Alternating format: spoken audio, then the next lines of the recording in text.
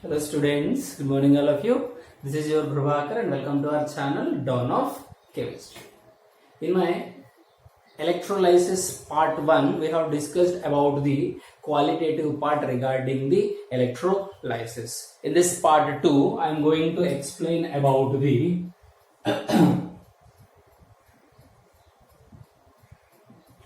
quantitative part of electrolysis. So in this quantitative part, what mainly we discuss is how many Faradays of electricity is required to carry out a particular cathodic or anodic reaction, how much time we have to pass current to carry out the particular reaction, how much ampere or how many amperes of current we have to pass to carry out the particular reaction, and after that thing current efficiency we are going to discuss about. After that Faraday first law of electrolysis and Faraday second law of electrolysis we will discuss, and then applications of electrolysis we will be discussing. Let us get into the topic. In this electrolysis we have already discussed, when you take any electrolyte,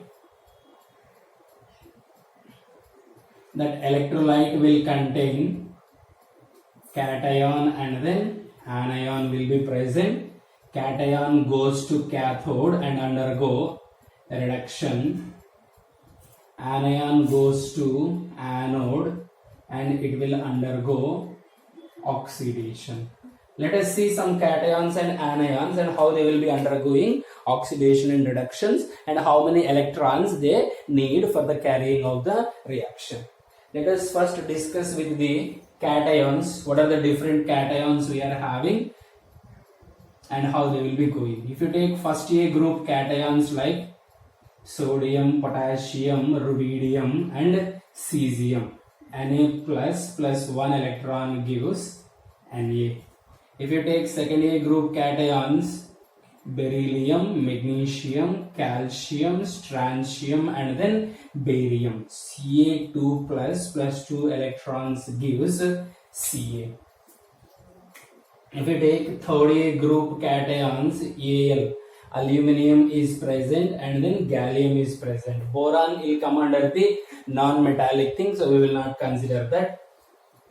Boron, aluminum, gallium, indium and then thallium. If you take this one, Al3 plus 3 electrons gives Al will come. If you take D block cations, we are having is Fe2 plus, Fe3 plus, Cr3 plus, Mn2 plus, MnO4 minus. Like this we can have where manganese is present in the +7 oxidation state. If you see for example MnO4 minus will be forming the Mn2 plus, it will take the 5 electrons extra, so that's why this also will be coming here. Like this some other cations are present. We are having first A cations, second A cations, third A cations and D block cations. We can have carbon family, that is P block cations also we can have, like Sn2 plus 2 electrons gives Sn will come, Pb2 plus 2 electrons gives Pb will be coming, PO2 plus 2 electrons gives PO will be coming. Like this we can have so many things will be present. In all the cases how they will be going. If you take IO4 minus will give I minus. IO4 minus means +7 will come. +7 is forming, minus means +7 to 0, 7 electrons, and to get extra one, 8 electrons it will be taking.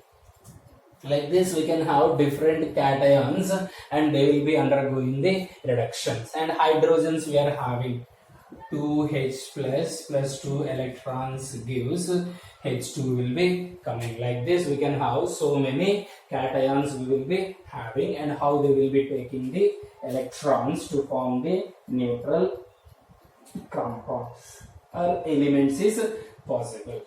Next let us move to the other one.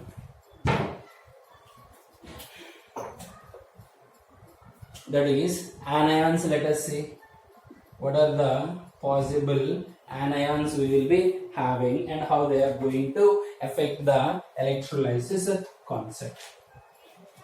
Let us take anions of halogens. We will take. In halogens we are having is fluorine, chlorine, bromine and then iodine will come. 2F minus gives F2 plus 2 electrons will be coming. In the same way all will involve. Oxygen family, you see, oxygen, sulfur, selenium, tellurium and then polonium will be coming. Here you see oxygen, 2O2 minus gives O2 plus 4 electrons will come. Nitrogen family, you see, in this nitrogen family, nitrogen, phosphorus, arsenic, antimony is there, but they will not undergo the same reaction.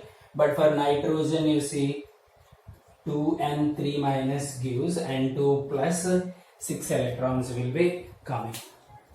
Like this. If you observe here, MnO4 minus, though it is anion, we are studying in terms of reduction reaction. So plus 7 is the oxidation state for manganese and it is forming plus 2 means 5 electrons it is taking. And here P block are there and anions are there. Like this, mostly cations under the category of reduction we are studying these things. In case of anions under the category of oxidation we are studying these things. Now let us see, for example, in any reaction and it is undergoing electrolysis. Let us take, this is undergoing electrolysis. To deposit 1 mole of sodium, how many electrons are needed? So see, to deposit 1 mole of sodium, how many electrons are needed? We know very well, one sodium atom is requiring 1 electron. One atom requires 1 electron.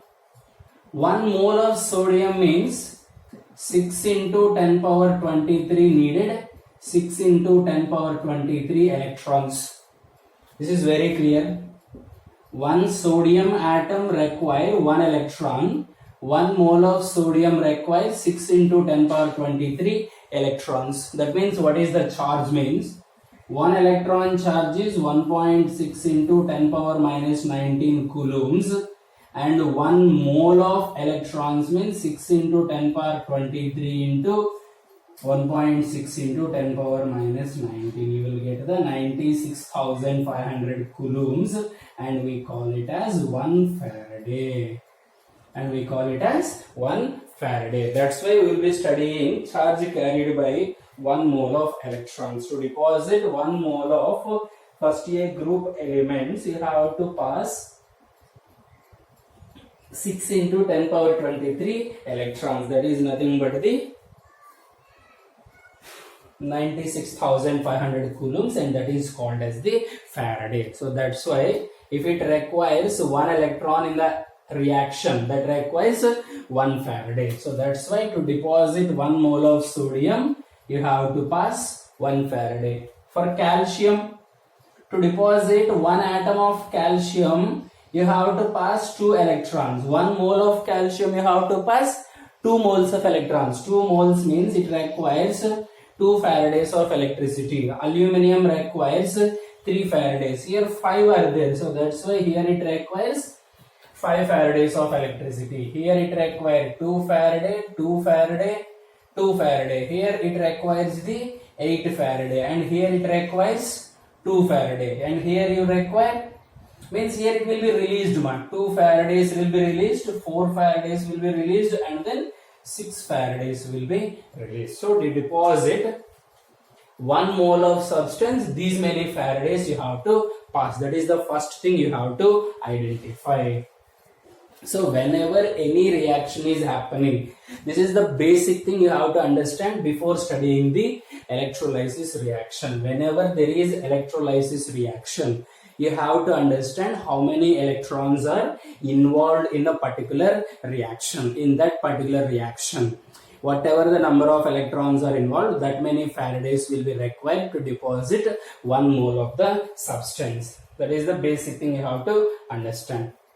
If you pass 1 Faraday of electricity, how much compound is deposited? That is nothing but the gram equivalent weight.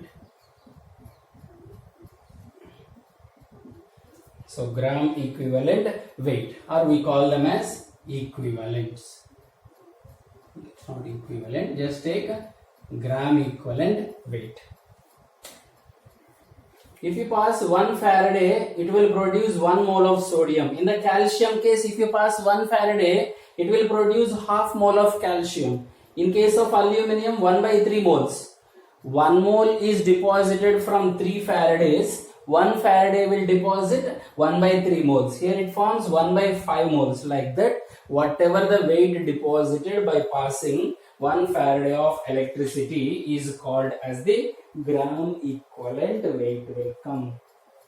So this is a very, very important conclusion you have to understand. Normally in stoichiometry, we used to use gram equivalent weight concept. That gram equivalent weight concept will come from this thing. The weight of substance deposited by passing 1 Faraday of electricity is called as gram equivalent weight. So see, when you pass 1 Faraday, how much sodium will be deposited? Means 1 mole of sodium will come. In this case, half mole will come. In this case, 1 by 3 moles will come. Why 1 by 3 moles? Means gram molecular weight by 3 is nothing but gram equivalent weight will come. That's why I am saying like this. Here 1 by 5 moles will come. In this case, 1 by 2 mole, 1 by 2 moles will come, 1 by 2 mole, 1 by 8 mole will come, 1 by 2 moles will come. Here also 1 by 2 moles, 1 by 4 moles will come, 1 by 6 moles will come. This is a very, very important thing. So 1 by 4 moles means, you know very well, it will be 8 grams. 1 by 2 moles means it will be, for any halogen, if you take fluorine means it will be 18 will come. And in this case, it will be 28 by 6 grams will come. Like this, we can identify the gram equivalent weights. Is it clear? So, if you pass 4 Faradays, 1 mole of oxygen is liberated. If you pass 1 Faraday, how many moles is liberated? Means 1 by 4 moles. The weight of this 1 by 4 moles is nothing but the gram equivalent weight will come. And the gram equivalent weight for oxygen gas is 8 grams will come. Like this we have to understand. And I have told you for hydrogen also, half mole is there means gram equivalent weight is 1 gram will come. This is the basic for the gram equivalent weight. Like this, whatever the reaction let them give you, you have to understand the oxidation number change in the particular reaction, and by finding oxidation number change, to carry out that oxidation number change, how many electrons you have to remove or how many electrons you have to add, and based on that we can easily identify how many Faradays we have to pass. I have already I created one video and I have already posted that video, how to find the oxidation number. If you can go through that, means in a span of 1 hour easily you can understand that oxidation number concept and you can do that. So be careful with these things. So these are the different reactions and how to identify how many Faradays of electricity you have to pass. For 1 Faraday, how much compound will be deposited and all. Why the charge carried, we will be taking Faraday only. This is the reason why we will be considering the charge in terms of Faraday. Faraday is the scientist who has done so many experiments on this thing and he proposed this. So on his name we will be using this Faraday. Now let us see for some reactions how to identify the N factor for them. Simply we can call it as N factor. N factor is nothing but number of electrons lost or gained during the particular reaction. Let me tell you some more examples.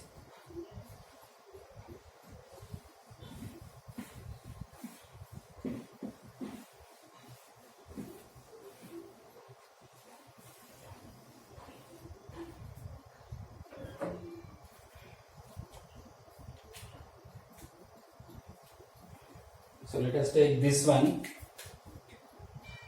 Cr2O7 2 minus gives 2Cr3 plus pH3 gives H2PO2 minus. Next one, Cl2 gives ClO4 minus, NO2 gives NH2.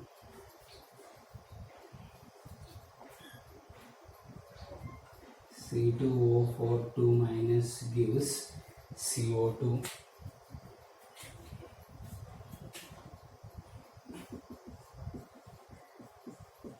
FeCN6 3 minus gives FeCN6 4 minus, S2 minus 2, SO4 2 minus, NO2 minus 2, NO3 minus, SO2 2, SO4 2 minus.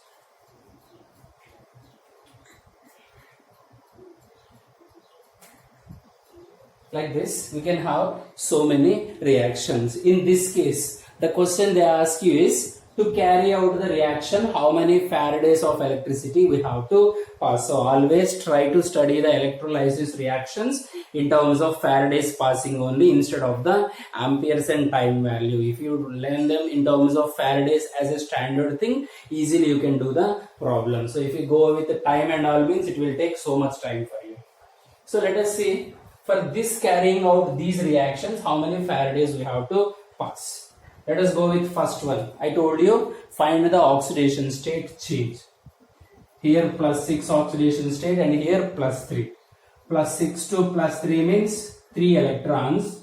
2 chromiums are there. 2 into 3 electrons means it will be plus 6 is becoming plus 3 means it requires 6 electrons. That means how many Faradays you have to pass means 6 Faradays you have to pass. On 1 Faraday, how many moles will come means 1 by 6 moles will come. So 1 mole will come from 6 Faraday. 1 Faraday means how many moles will come? It will be 1 by 6 moles will come. So be careful. This one, phosphorus is present in -3 oxidation state. H2PO2 minus, here it is present in +1 oxidation state. Now see, -3 to +1 means -3 oxidation state means 3 electrons it is having, and it is forming +1 means it is extra donating 1 electron. So 3 electrons it will donate, after that 1 more electron it will donate. So that's why it will be releasing how many electrons means 4 electrons it is releasing. -3 to 0, 3 electrons, and extra it is releasing 1 more electron. So that's why 4 electrons. So that's why it needs 4 Faraday. If you pass 1 Faraday means 1 by 4 moles is deposited. This case 0. Here 2 are there, so I will write 2 ClO4 minus. So 0 to plus 7. 0 to plus 7 means 7 electrons. So that's why it will be forming plus 14 electrons. So that's why how many Faradays you have to pass means 14 Faradays we have to pass. If you pass 1 Faraday means how many moles will come means 1 by 14 moles will be coming. So be careful with this thing. Let us come to this one. This is a very important, repeatedly asking question. See, NO2. I will take X as nitrogen. Take benzene oxidation state, overall will be -1. And this is -4. So X is equals to +5. X -1 plus 2 equals to 0. X equals to +1. It is very clear. +5 to +1 it is forming. So +5 to +1 means how much will be coming? X, this is -1, sorry. X plus 1, so it will be -1. +5 to 0 means 5 electrons it has to take. And after that extra -1 is coming means it has to totally take 6 electrons. So that's why you have to pass 6 Faraday. How many moles will come means 1 by 6 moles will come. In this case, carbon is present in +3 oxidation state. Here it is +4. +3 to +4 means 1 Faraday. Since 2 carbons are there, it will be taking the 2 Faradays. That means it will take 2 electrons. Now it will donate 2 electrons. And it will be producing half mole will be coming. In this case, iron will be present in +3 oxidation state. Here it will be +2 oxidation state. So since it is moving from +3 to +2, it will take 1 electron and hence 1 Faraday. So here if you pass 1 Faraday means it will produce 1 mole. S2 minus 2, SO4 2 minus 2 and then +6. Minus 2 means it is having 2 electrons and +6 means it lost 6 electrons. So 0 to 6 it lost 6 electrons. Minus 2 to 0 it lost 2 electrons. Overall it is losing 8 electrons and hence 8 Faradays and 1 by 8 moles will come for 1 Faraday. NO2 to NO3 means +3 to +5 means 2 electrons. So 2 Faraday and then half mole will come. SO2 to SO4 2 minus +4 to +6. +4 to +6 means 2 Faradays will come. Half mole will be coming like this. To liberate 1 mole of the particular compound from any reaction, by using this kind of analysis, we can easily understand the problems coming in the category. So be careful. In this case, they can give you any kind of reaction and they will ask you how many Faradays is required for the reaction. To liberate 1 mole of hydrogen gas, how many Faradays you have to pass? To liberate 1 mole of hydrogen gas means 2H plus 2 electrons gives H2. So 2 Faradays it required. To liberate 1 mole of oxygen gas means 4 Faradays you have to pass. To liberate 1 mole of nitrogen gas means 6 Faradays you have to pass. Like that, you should be very careful about the understanding those things. So like this, whenever they give you any reaction, you can easily identify how many Faradays you have to pass. So be careful with this kind of problem. This is the basic level of asking question. Go through this.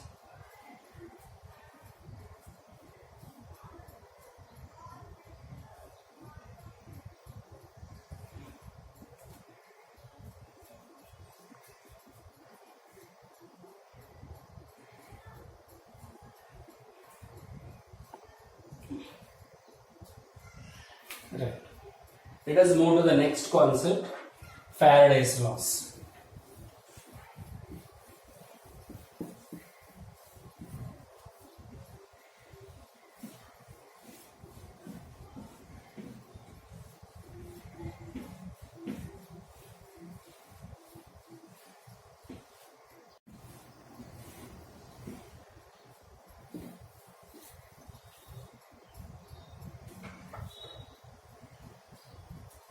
So let us see, Faraday has proposed 2 important laws. That is, Faraday first law of electrolysis and Faraday second law of electrolysis. Faraday first law of electrolysis and Faraday second law of electrolysis. Let us see what is this first law. Let me tell you the statement of this Faraday first law. During electrolysis, the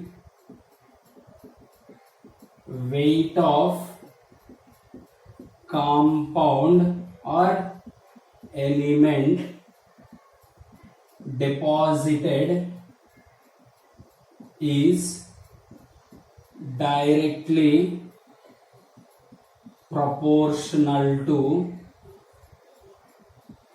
charge passed through solution.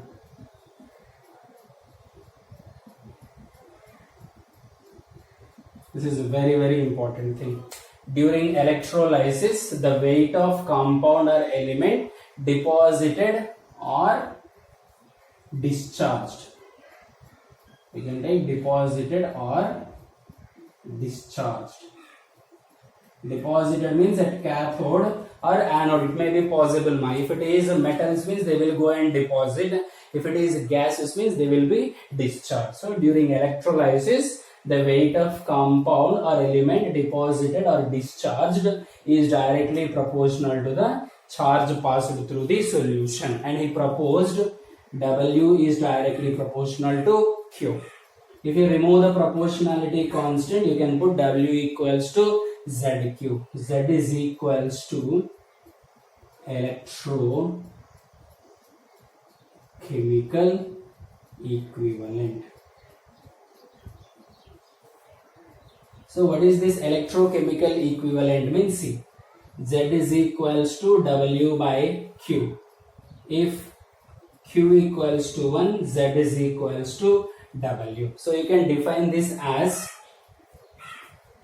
weight of compound deposited at electrode by passing 1 coulomb. Weight deposited by 1 coulomb of electricity or 1 coulomb of charge is known as electrochemical equivalent will be. So if you pass 1 Faraday, 1 coulomb you pass means it is electrochemical equivalent. We have already discussed 1 Faraday you pass means it is gram equivalent weight will come. So see, he proposed this thing. Weight deposited by passing 1 Faraday, that is 96,500 coulombs is gram molecular weight. So 96,500 coulombs means gram molecular weight. 1 coulomb means Z. So if we cross multiply, GeW is equals to 96,500 into Z, or Z is equals to GeW by 96,500 will come. This is a very, very important formula. See, he only proposed, Faraday is the scientist who passed different electricity volumes through different solutions, and he concluded that the weight of compound deposited is directly proportional to the charge passed through the solution. If you remove the proportionality means you will get a proportionality constant, that is electrochemical equivalent will be coming.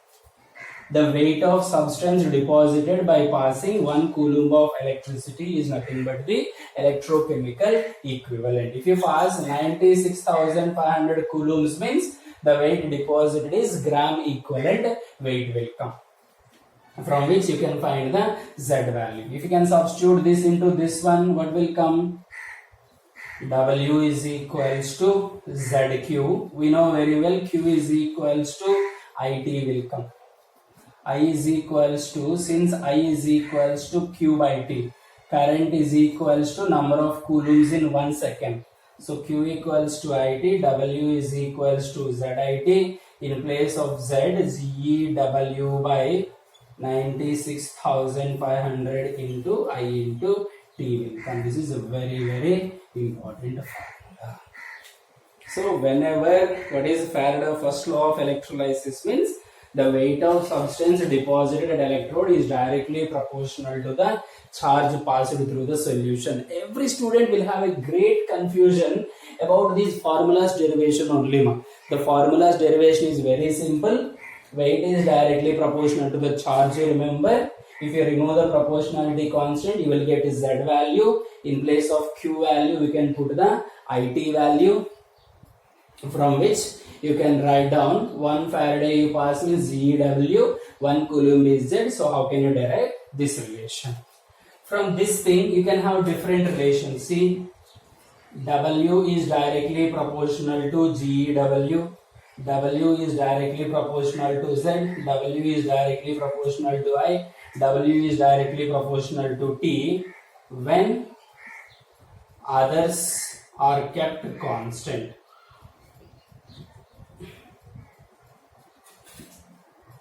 So when others are kept constant, W is directly proportional to GeW when IT are constant. W is directly proportional to Z when IT are constant. W is directly proportional to I when Z and T are constant. W is directly proportional to T when I and G W are constant. If not, simply you can take W is directly proportional to G W I T. So you can have W2 by W1 is equals to GW2 by GW1.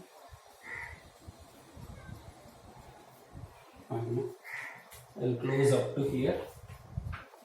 I'll write it further. This you can write it as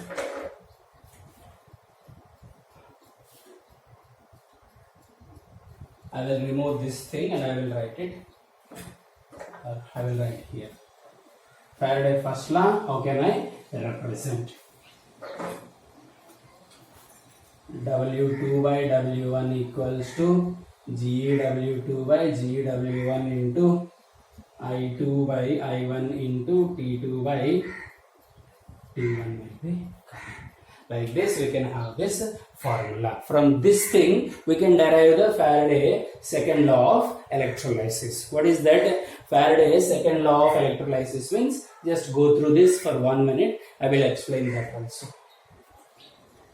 So whenever they give you electrolysis reaction, try to see it in terms of Faraday's. Then only you can do the problem without any risk or without any complexity.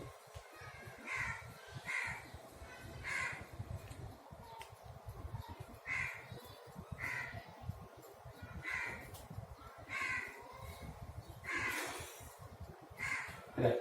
Hope you have taken this thing. Let us move to the second law. So here first law explains about the passing electricity through only one solution. But second law discuss about the passing electricity through different solutions.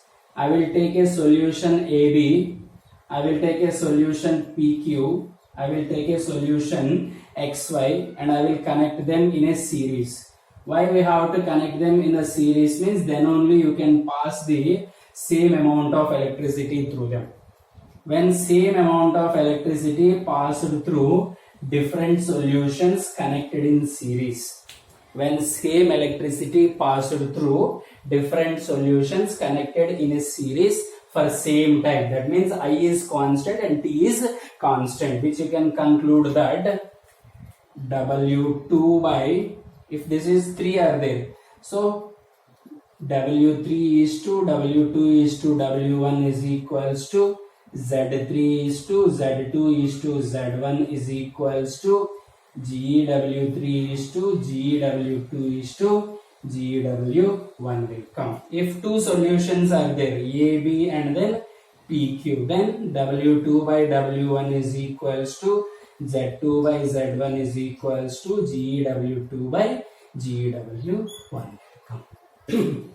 Like this, we can study about the Faraday first law of electrolysis and Faraday second law of electrolysis. So by using qualitative analysis, we have understood how can we identify which problems or which kind of substances will come and deposited at the electrode. By using this thing, we can identify how much quantity or how much weight of substances will be deposited at the electrode and what is the relation of them with their gram equivalent weight and all is present.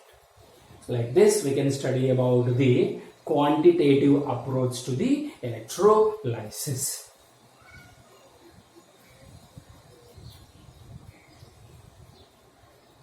This is the thing. So this is the thing regarding this second part of this electrolysis. How different compounds can be deposited and what are the different laws we are having. In the third part, I will be explaining about the different problems based on the electrolysis and the applications of electrolysis. Thank you. If you are new to this channel, subscribe to the channel, click the bell icon for the new updates, like the video, comment on the video if you want any other doubts kind of things means. And I have created one YouTube channel for the students for doubt clarification. You can join the channel. I will share the link in the description of this video. You can join that thing. and share this video with your friends. Thank you.